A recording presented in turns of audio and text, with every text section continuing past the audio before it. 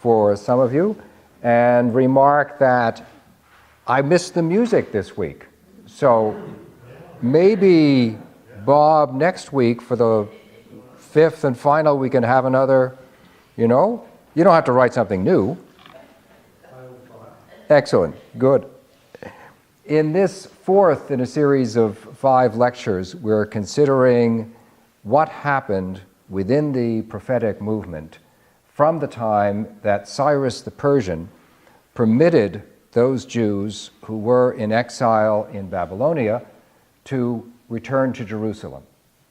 That, as we will see, brought about a realignment in prophecy, both in response to the edict itself and also in response to the challenges posed by the task of rebuilding the temple in Jerusalem.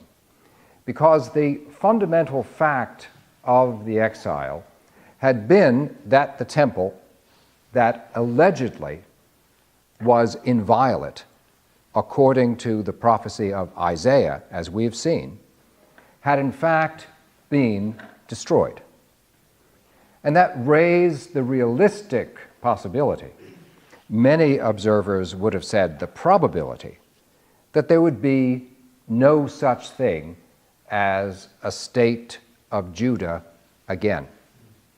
It's interesting that it's precisely during this period of the exile, while the people of Judea are in Babylonia, that the term Judean, which enters English as Jew, entered into the language for the first time.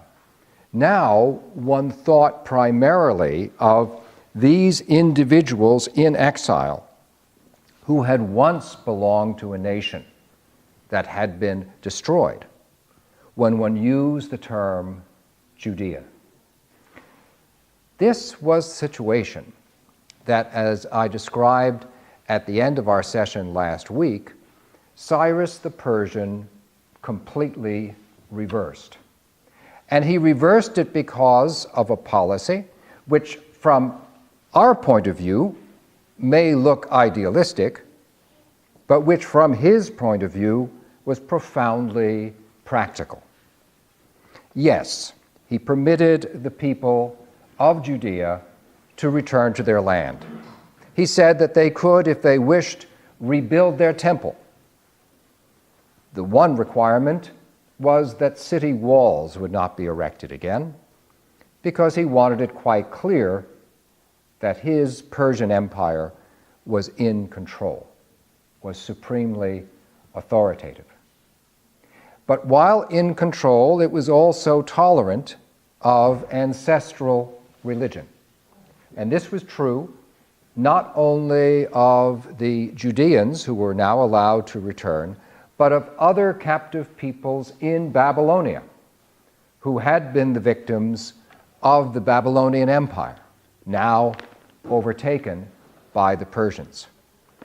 This policy was practical for Cyrus, not only when he was in power. The policy had also enabled him to acquire power. Because at the time that he was attempting to take over Babylonia, he had made an agreement with the old priests of Marduk inside the city that if they would let him in, he would permit them to revive their ancestral customs. And as a result, he had aid from inside the city during the siege, a crucial advantage. So Cyrus' policy was both a policy of acquisition and a policy of empire, and it included many, many other peoples. But from the point of view of those who guarded the memory of the prophecy of Isaiah, Cyrus' policy appeared to be an extraordinary vindication, despite the fact that any kind of rational analysis would have told you that Jerusalem had been wiped off the face of the map as a Jewish city definitively, now an imperial edict from the year 539 before the Common Era was permitting its rebuilding. It's as if that prophecy of Isaiah during the 8th century had been right after all, that there was to be an enduring covenant between Yahweh and Jerusalem. It was time for Isaiah to speak again in the mind of this prophetic community. And in the mind of this community, he did speak again. And that's why we refer to chapters in the book of Isaiah from chapter 40 and going up to chapter 55 as being the second Isaiah. It is a fresh edition after the time of the original prophet, but framed as a continuation of his prophecy. Now, in technical language, prophets who speak in the names of other prophets are referred to as being examples of pseudepigraphy. That is, falsely attributed writing. And of course, that's correct. Isaiah did not live several centuries in order to revive his own prophecy. But from the perspective of the prophetic movement, because his ancient prophecy had been vindicated by recent events, it was right to hear his voice again. And so it is revived within this particular section, and I've decided to focus today on the issue of the treatment of Cyrus the Persian himself and what that means in the perspective of the second Isaiah, because we're going to see that it leads to a reevaluation of Cyrus himself and also of the nature of God. So says Yahweh to his Messiah, to his anointed. God has acted through Cyrus, and therefore the second Isaiah is happy to call him Messiah. Because at this stage, the identity of the Messiah is not limited to the house of David. It simply refers to someone who has been anointed for a particular purpose. One can be anointed as a political leader. One can be anointed as a priest. There are also examples of people being anointed as prophets, because the act of anointing has both a practical aspect and a religious aspect. Practically speaking, being anointed is no more than being oiled. When you had an implement that was made out of metal, to protect it from rust, you would often put oil on it. When you wanted to clean your hair or apply perfume, you would do so through the means of olive oil. When you had a wound that needed to be dressed, similarly, olive oil was the usual medium of healing.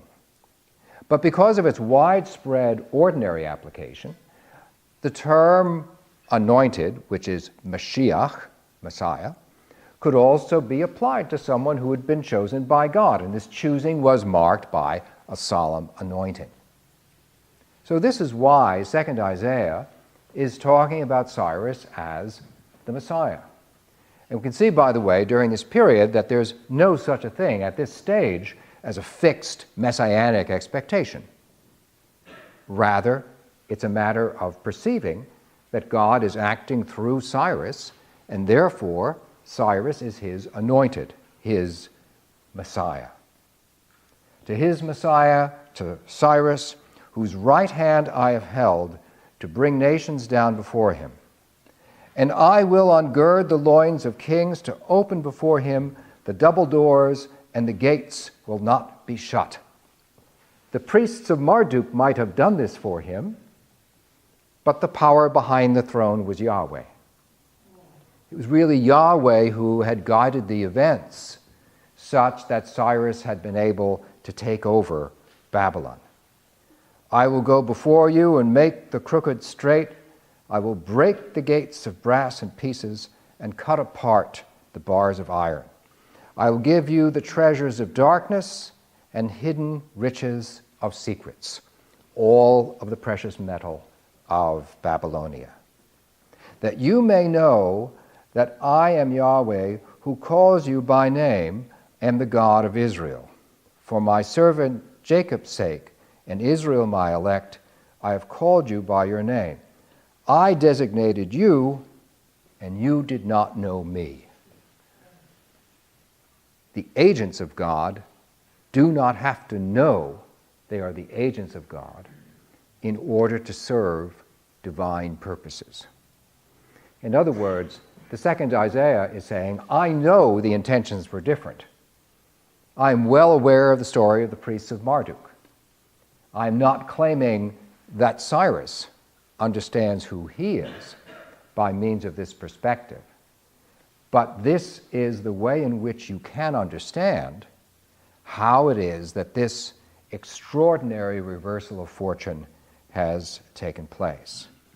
And then it goes on to say, I am Yahweh, and there is not another. There is no God beside me.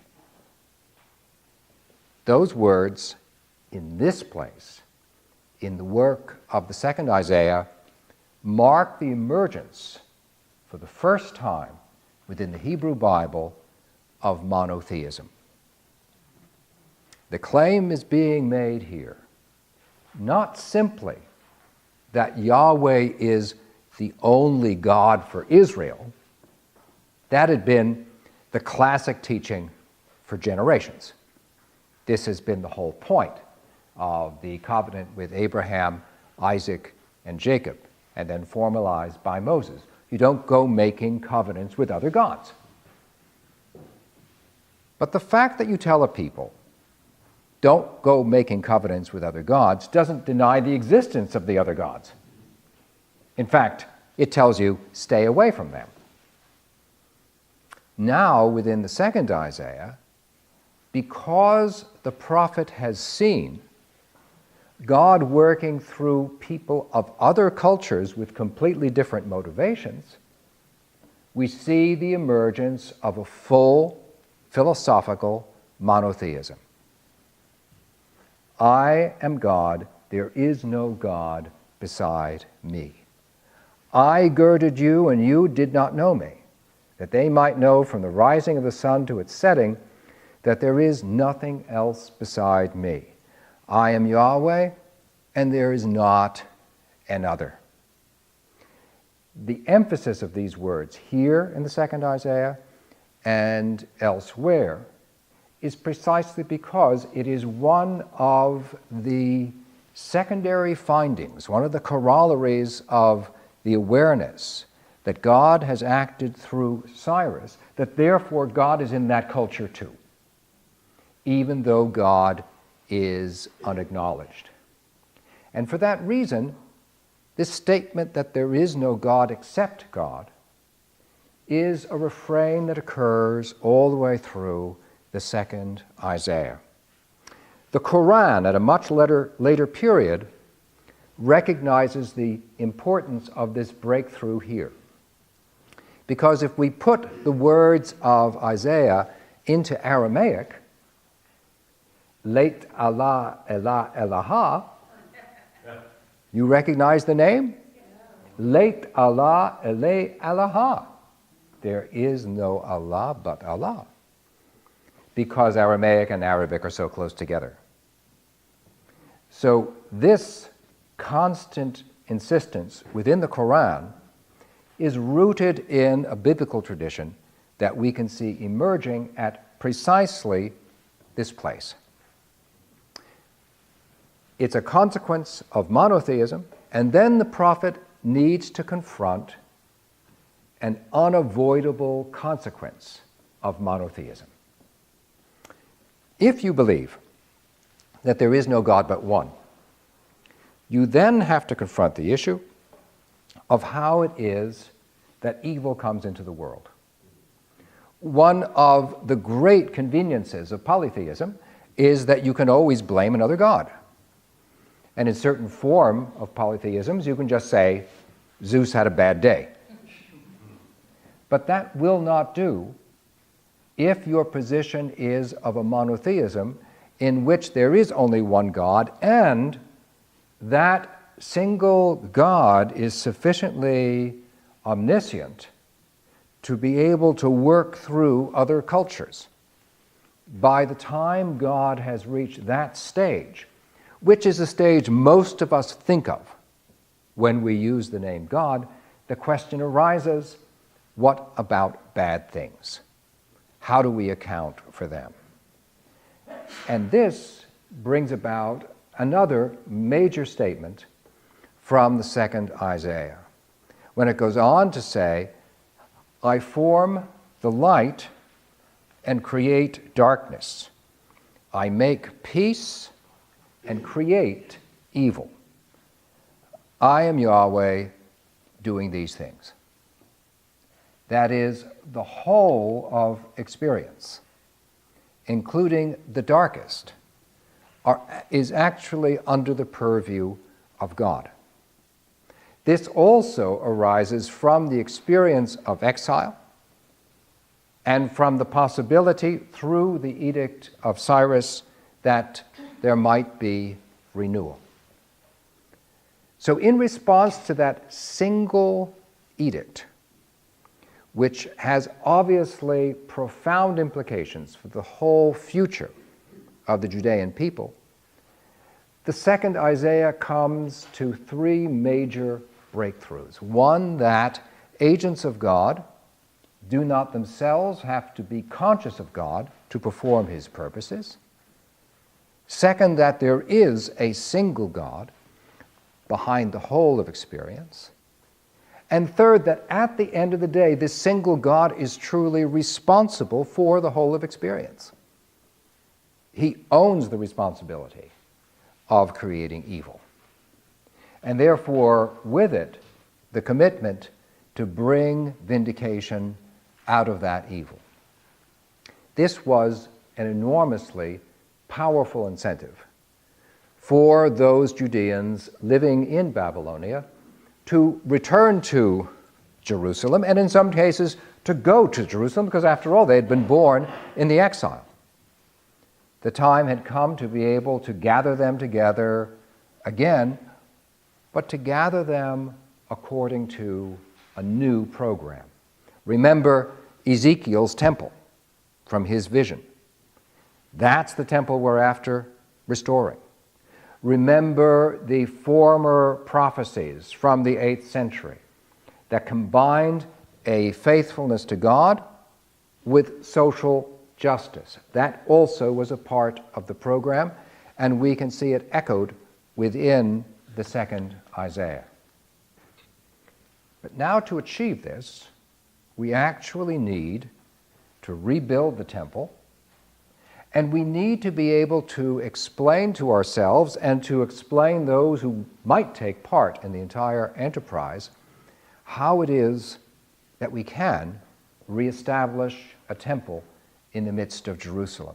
That is the particular concern of the next two prophets I'd like to deal with, Zechariah and Haggai, both of whom are coping with a particular unease.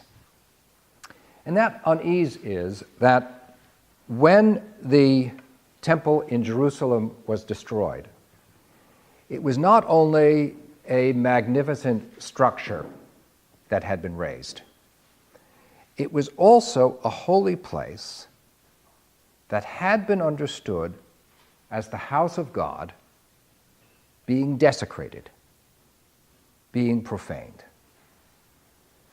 And within the usual practice of the religion of Israel, prior to the destruction of that temple, this was an unthinkable situation. One didn't have to conceive of making the temple holy.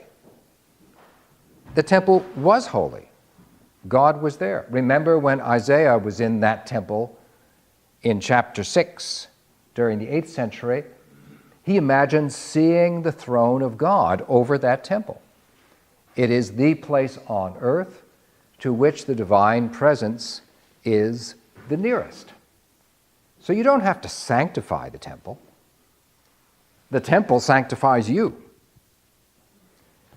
All you can be as an Israelite is someone who is subject to impurity. For example, if in the ordinary course of family life a relative died and you prepared the corpse for burial, which is your duty according to Torah, right? You became unclean. How are you going to become clean? You have to follow the rituals associated with the temple. If a woman bears a child, that's a good thing. We want women to have children.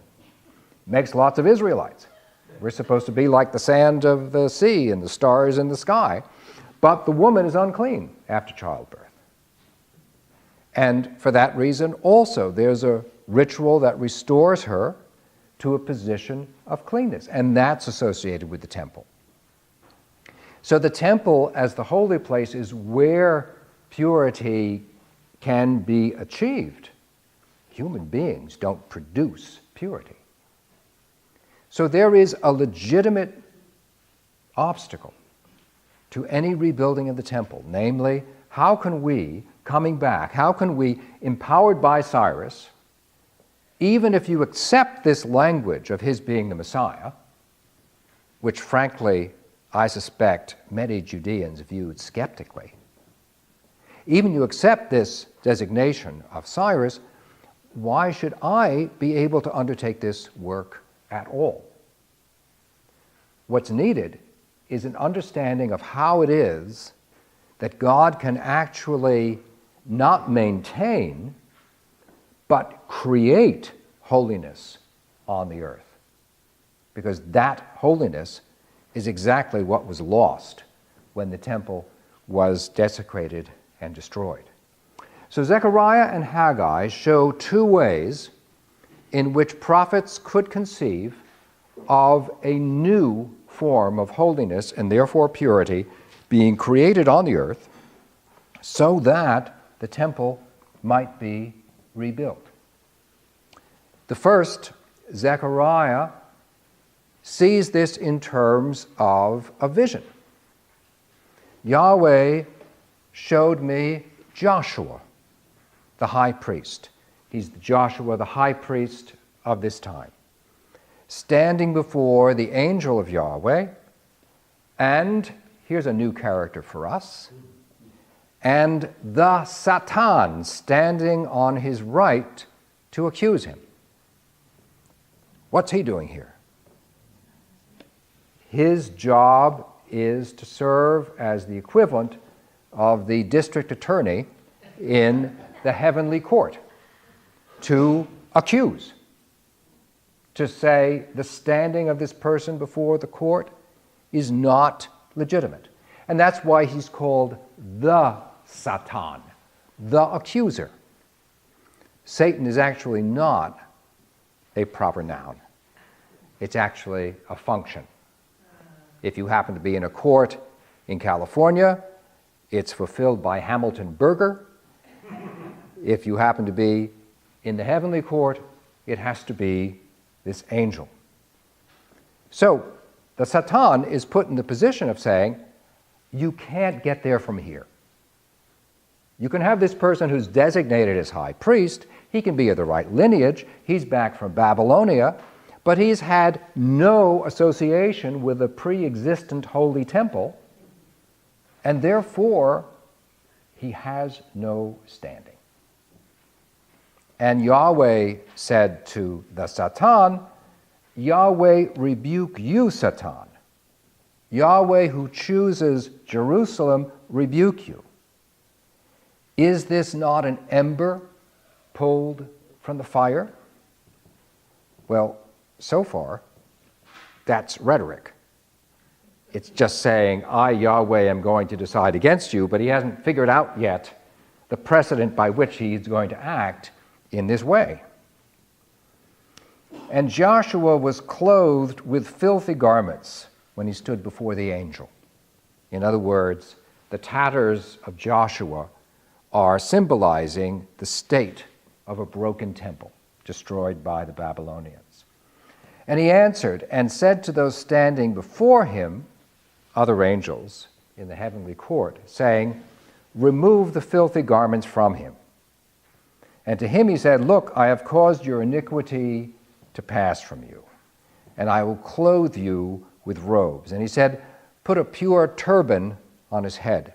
The turban was emblematic of the role of the high priest in particular. Put a turban on his head. So they put a pure turban on his head and clothed him with garments. And the angel of Yahweh stood by. And the angel of Yahweh testified to Joshua, saying, so says Yahweh of armies, if you walk in my ways, and if you keep my charge, then you will judge my house and also keep my courts. And I will give you those who go among those who stand. What does this mean? When the high priest is in the temple, serving according to the law, he is standing in the company of angels.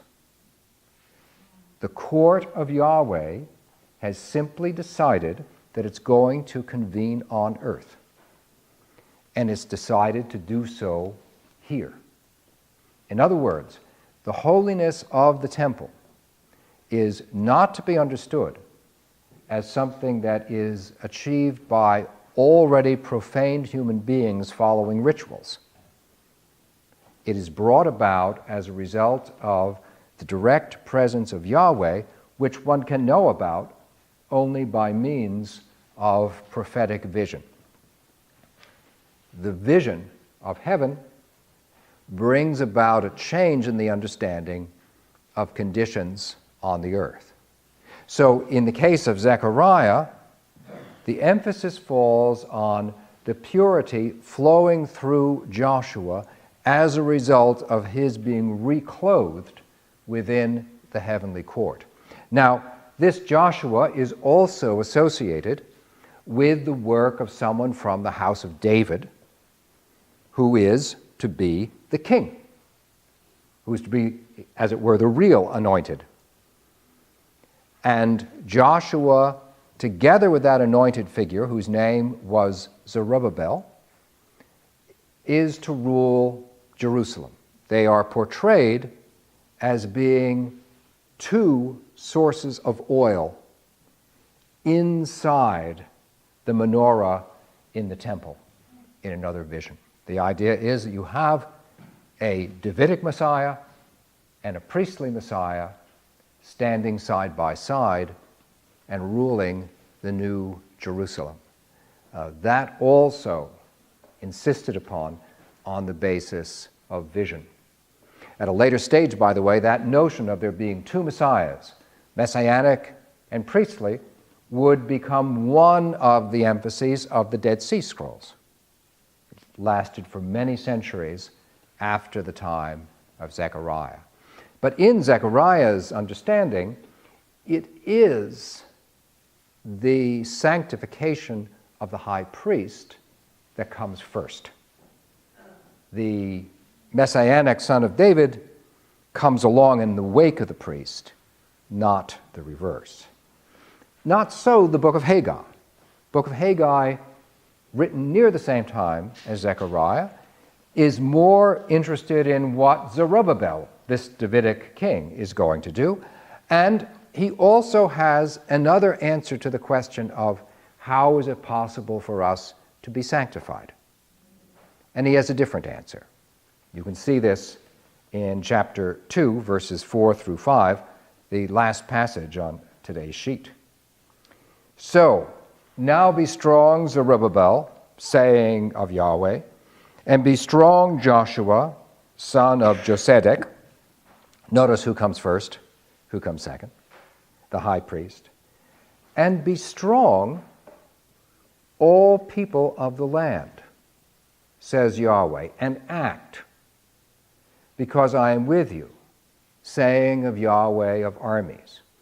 With the word that I covenanted with you when you came out of Egypt, and my spirit remains with you, do not fear.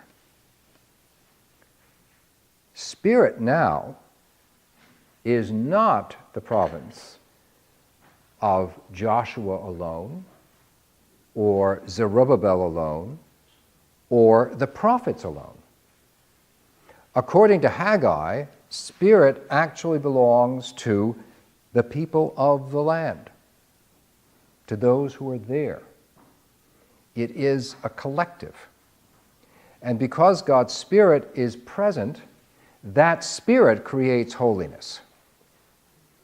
And it is therefore no longer conceived of as something which is beyond the reach of a human being to achieve, because it is already there. So you see, in the work of these three prophets, 2nd Isaiah, Zechariah, Haggai, prophecy has been realigned. It's become monotheistic, and it will stamp the Hebrew Bible with the sense of monotheism forever. That's why many people think it's monotheistic from the beginning, and it's not. But it's such an insistent theme within 2nd Isaiah that people come to have the sense that it must have been the same all the way through. It gives us monotheism in this period. It gives us the conviction, in the case of Zechariah, that a vision of truth in heaven will change conditions on the earth. And that insistence upon the visionary aspect of prophecy becomes a very powerful force right through this literature and into the period of the New Testament with the book of the Revelation to John. And then finally, through the prophet Haggai, we have this notion, again, for the first time, that the Spirit of God is not the peculiar possession of some person, collection of individuals, or institution. It actually belongs to the people of God as a whole. Those are all profound realignments, and as a result of them, we'll see that new energies of prophecy are released, which are still with us. But that's for us to see when we meet again next week. Thank you very much indeed.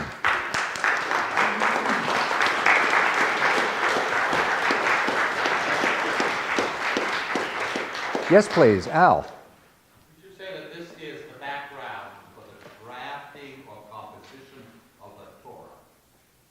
Oh, it's a very interesting question. Are these prophets the background of the drafting or the composition of the Torah? The content. The content, yeah. It is without question that the Torah, as a written work, is a product of the exile. That is, we can actually see that, as we saw last week, elements in the book of Jeremiah, the prophet, are echoed in the book of Deuteronomy in the Torah. And the description of the temple in Ezekiel is echoed in what we find in Exodus and Leviticus. So the same scribal personnel that are working for prophets are also, and for the first time in history, working for priests and working for the continued interests of the restoration of the monarchy. Prior to the exile, the monarchy, prophecy, and priesthood were forces that were often at odds with one another. And the overwhelming tendency, especially within the priesthood, was to keep all traditions oral rather than written. But now, during this extraordinary century, the 6th century before the Common Era, these materials are all coming into writing. So yes, it is indeed the case that the context of the writing down of the Torah is the emergence of these prophets. And that's one reason for which one can see signs of what you could call incomplete editing within the Torah. I'll just give you one example of that, but there are many, many of them. With whom does Jacob wrestle prior to his meeting with his brother? He wrestles, the text says, with an angel. Well, except the text also says he wrestles with a man. And this figure, whether an angel or a man, says to Jacob, your name is no longer Jacob, but Israel, because you have contended, Isra, you have contended with El, with God, and with man. So you can't actually tell the story without tipping your hand that this story is about an anthropomorphic God actually wrestling physically, aggressively with Jacob so much that he dislocates his hip. Right? This is a profoundly tactile story where the conception of the divine is not at all what we associate with monotheism. And as a result of that, the text is edited. But it's an incomplete editing because that story is already traditional. If you completely laundered it to accord with monotheistic principles, you wouldn't have any story left. And so this is one of the sources inside the biblical tradition for the tensions that we can see between what tradition has been doing for a long time and what an editor would prefer that tradition to do. Yes, please.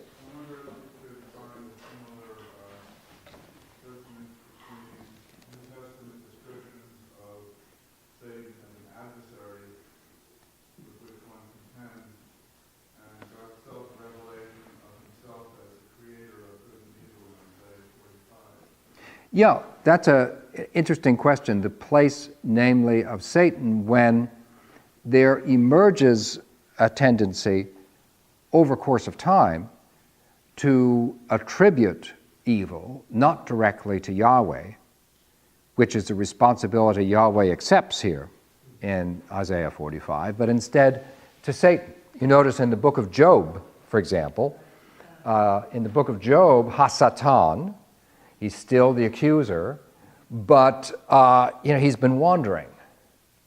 There, God says to Satan, "Where have you been?"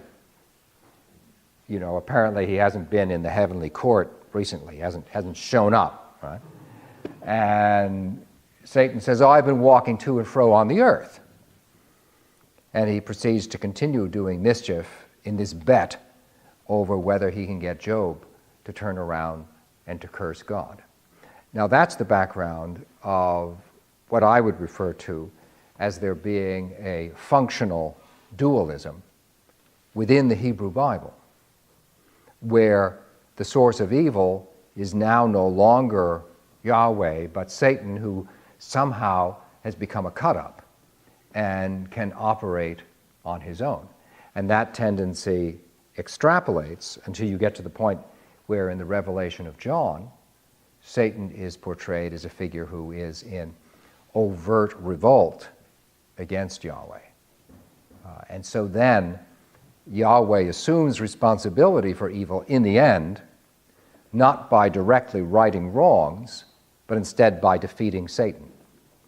It has the same ultimate end, but over a much longer trajectory as a result of that tendency towards what I would call a functional dualism. Yes, please. Robert. Have to answer your question, so you'll sing for us next week. As soon as I clear my throat. Joshua, Zechariah saying that he saw a vision of Joshua. When I first saw him, he says Joshua the priest, the high priest. I guess I just saw Joshua and thought, well, is he seeing Joshua old? Oh, I understand. Joshua is one of the most popular names in the Judaism of this period, precisely because of the prominence of Joshua, as in the book of Joshua. Does it mean the Savior? Yeah, it does mean that Yahweh will save.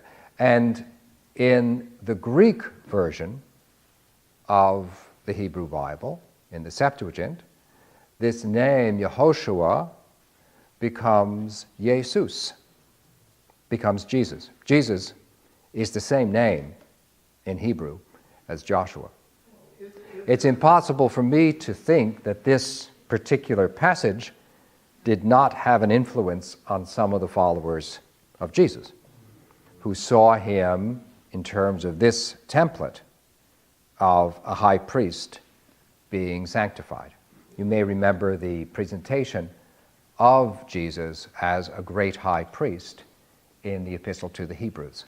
Isn't there a sense with that prediction that was what, Haggai?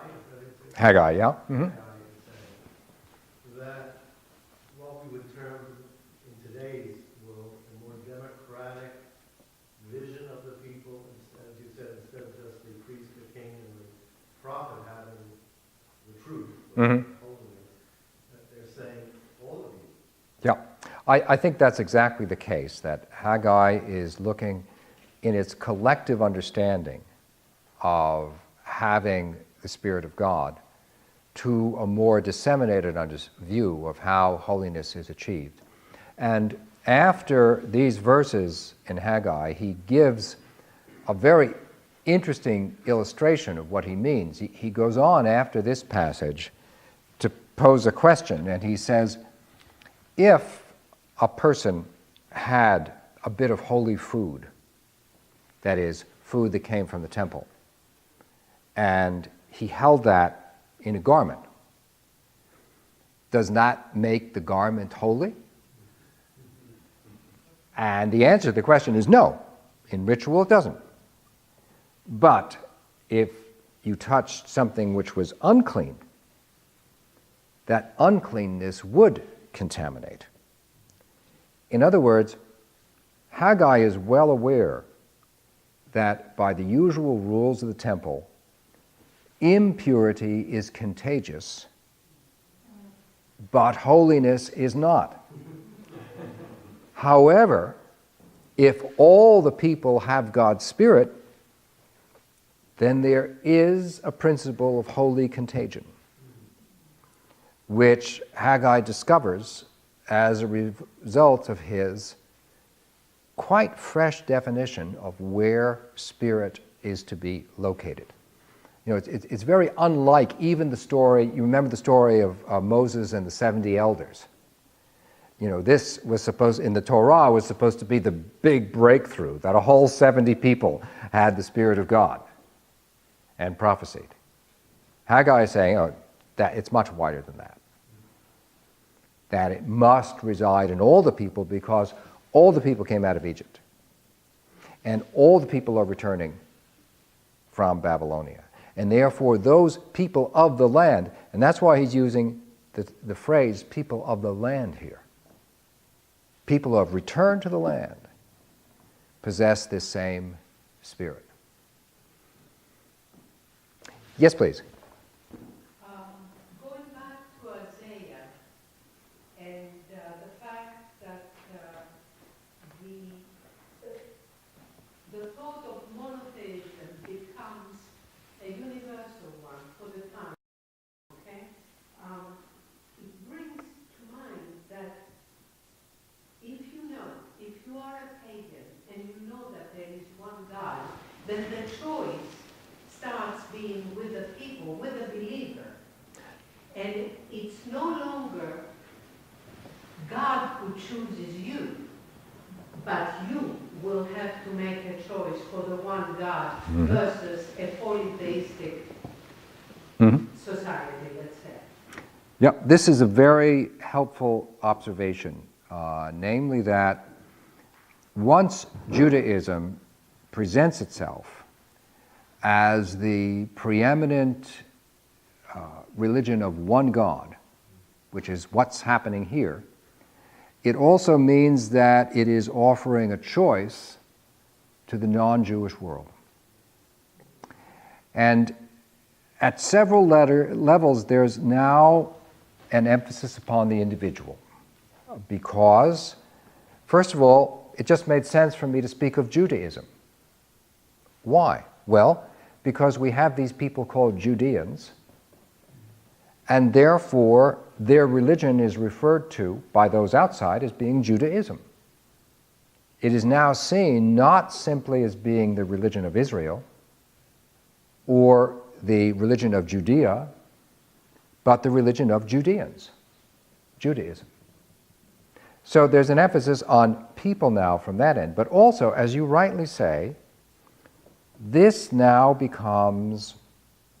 assertion of monotheism becomes emblematic of what it means to believe in the God of Judaism. These very words were regularly recited in synagogue worship everywhere in the world, whether in Hebrew or in Aramaic or in Greek, in any language you might speak. You would say that God was Yotze Or Ubora Choshek, Osa Shalom Ubora Ra. I am he who formed the light, create darkness. I make peace and create evil.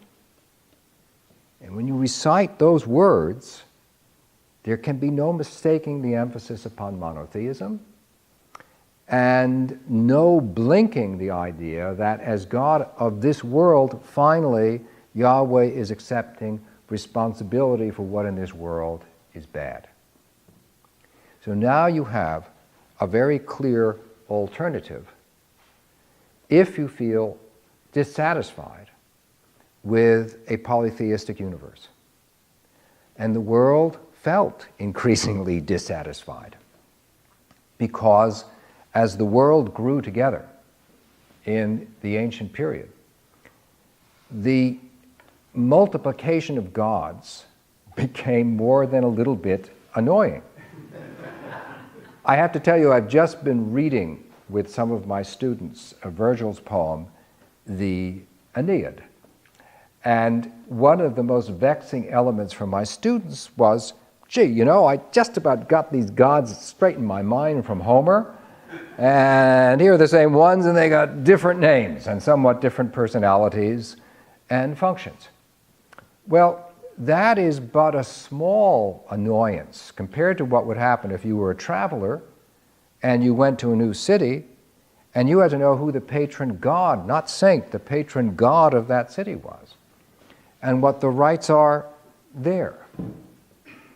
How many of these people, these divinities, whatever they are, created the world? Can I really account for evil in the world because Juno is mean with the Trojans? Does that make sense? Why is she mean with the Trojans? We went through the Aeneid, we couldn't figure it. Virgil says she is, explains events that way. But even Virgil is writing at a time when the system of polytheism is under extraordinary strain, with the result that those who are more philosophical in the classical world begin to think this is not viable. It's not viable because the gods do not do good or smart things, and these are not stories that we should tell our children. Plato says this openly in the Republic. It's also a difficulty because philosophically, the idea of there being a single divinity appears to be, in terms of simple logic, far superior. The result of this was that Judaism came to be seen as a religion in many ways more commensurate with philosophy than polytheism. It was monotheistic, and also it has an insistence upon justice, including the justice of God. For these two reasons, we have figures writing in Alexandria just before the time when the New Testament emerged, Philo of Alexandria, who writes an entire commentary on the Torah of Moses And its purpose is to show you that you can't actually understand the Torah of Moses without knowing the philosophy of Plato, and you can't get the philosophy of Plato unless you understand Moses. After all, Moses came first. And Moses saw the forms in heaven before Plato spoke of the ideal types. So we know which way the causal influence runs. Yeah, this monotheism, this emphasis upon justice becomes the reason for which Judaism emerges as an international religion during this period. And now also it has a book. Now the Torah, the disaster of the exile produced a book which helped to make the religion international. And a bestseller. Beware of the religion that you try to remove from the face of the earth. It's amazing how many times you end up being bit when you try to do that. I'm sorry to interrupt. Ellen was just saying, when you said the prayer, find the creator of good and evil. When did they take evil out? The modern Jews. Out of the prayer book. Well, we all have our moments of liturgical wimpiness. I am the first to admit this as an Episcopalian. For example, I'm doing a funeral for a very good friend tomorrow. Her favorite hymn was "Stand Up, O Men of God," and don't you know it's not in the 1982 hymnal? Right. Presumably because "Stand Up, O Persons of God" doesn't scan. I don't even want to go there. Yeah, this is an example of 19th century wimpiness. Yeah, right. And that we really, and I'll tell you, ancient Judaism stood by those words. Even the Gnostics used this against Judaism. The Gnostics take these words and say, listen. Listen to what this God is saying. This God is saying, I create good and evil, therefore he's a phony. He can't possibly be a true God. A true God would never make evil. And anyone who says he does it is telling you he's a charlatan. That did not cause Judaism to say, oh, let's take it out of the prayer book.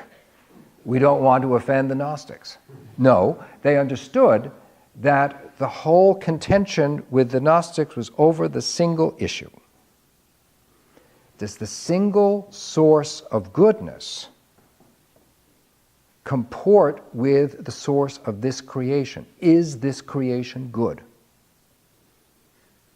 If it is good, it comes from the one God, who has to take responsibility for anything that goes amiss. If this creation is basically evil and darkness, and all flesh is completely corrupt, then our God is someone who is entirely abstracted from this world, and whatever God there is of this world is a phony. And the Gnostics said, that phony God is Yahweh. Yahweh is really the equivalent of Satan in much Gnostic philosophy. But Judaism understood, no, that's not a market we want to cultivate. But interestingly, in the modern period, we wimp out over that issue. Yeah. Michael. As I read the lectionary for Palm Sunday, I'm thinking that Christians came to see a vision that Cyrus was just the beginning. Maybe Alexandria, and then maybe Hellenism, and maybe the gospel around the world, and all wrapped up in this messianic picture that Jesus fits into. Is that fair? I think that is a fair comment, that once you see, along with Isaiah 45, that Cyrus the Persian can be seen as God's Messiah, as God's agent, then you can also see other major figures as fulfilling his purpose, even if they don't declare that they're on your side. Exactly. That's right. Yes, please. You use the word prophet, you don't use the word mystic. Where are your Yeah, right. I use the term prophet because Because it's not the same. my documents are doing it.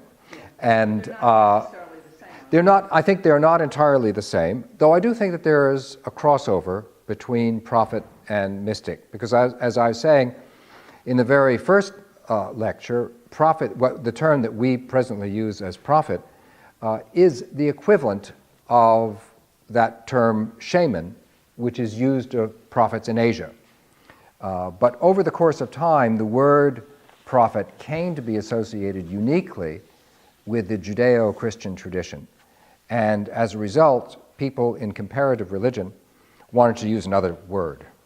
So they used the word shaman, which means prophet, in those Asian religions. However, the point of a shaman is that fundamentally he or she is in a position of having access to the divine world.